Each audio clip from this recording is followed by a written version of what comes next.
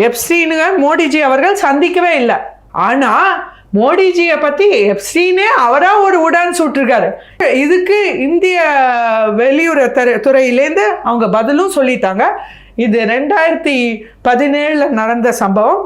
ஆமாம், மோடிஜி அவர்கள் இஸ்ரேல் பிரதமரை சந்திச்சிருக்காரு. அந்த சந்திப்பு நடந்தது உண்மைதான். ஆனால் மற்றபடி இதில் எப்ஸ்டீனுக்கும் மோடிஜிக்கும் எந்த சம்பந்தமும் இல்லை அப்படின்னு குறிப்பிட்டிருக்காங்க. இது ஒரு அனாவசிய ஒரு வேண்டாத விவாதம்.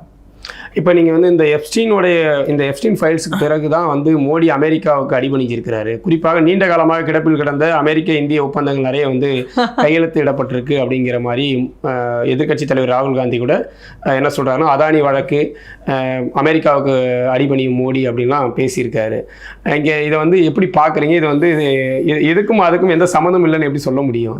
அதாவது சூப்பர் பாயிண்ட். இது ஒன்று நான் சிம்பிளாக கேட்குறேன்.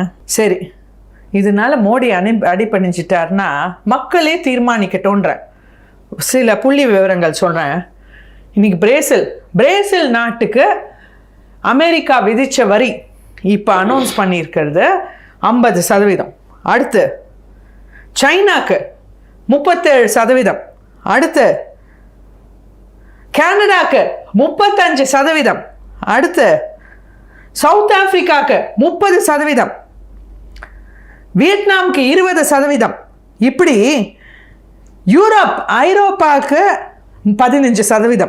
அந்த மாதிரி ஜப்பானுக்கு 15%. யூகேக்கு லண்டனுக்கு 10%.